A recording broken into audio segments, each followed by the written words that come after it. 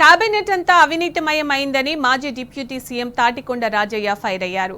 మంత్రులు అందరూ తోడు దొంగలై తెలంగాణను దోచుకుంటున్నారని మండిపడ్డారు. పంచాయతీరాజ్ బిల్లుల క్లియరెన్స్ కోసం ఆర్థిక శాఖ మంత్రి సతీమణి వాళ్ల ఇంటి వద్దే డబ్బులు వసూలు చేస్తున్నారని ఆరోపించారు. కాంగ్రెస్ సర్కారు తీరును ప్రజలు గమనిస్తున్నారని, సమయం వచ్చినప్పుడు ప్రభుత్వానికి కర్రు కాల్చి వాత పెట్టడానికి సిద్ధంగా ఉన్నారని హెచ్చరించారు.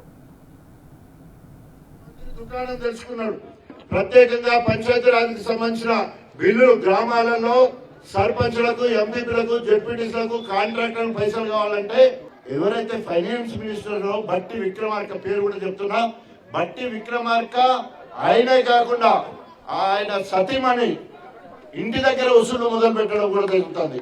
10%, 10% మంత్రికి పైరోగాలు ఉంటే వాళ్ళకి ఇంకా వేరే 2%, 12% ఇస్తే మాత్రమే 5 లక్షలు కానీ 10 లక్షలు కానీ 50 లక్షల బిల్లు రావాలంటే అట్లా ఏ మంత్రి దుకాణం ఆ మంత్రి తెలుసుకున్నారు.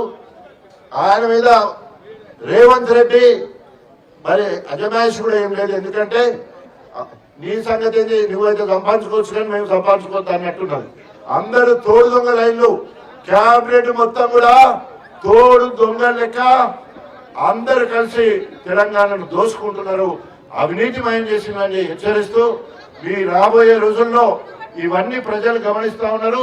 తప్పకుండా కర్రలు కాల్చి వాత పెడతారని చెప్పేసి హెచ్చరిస్తూ సెలవు తీసుకున్నాం. జై తెలంగాణ.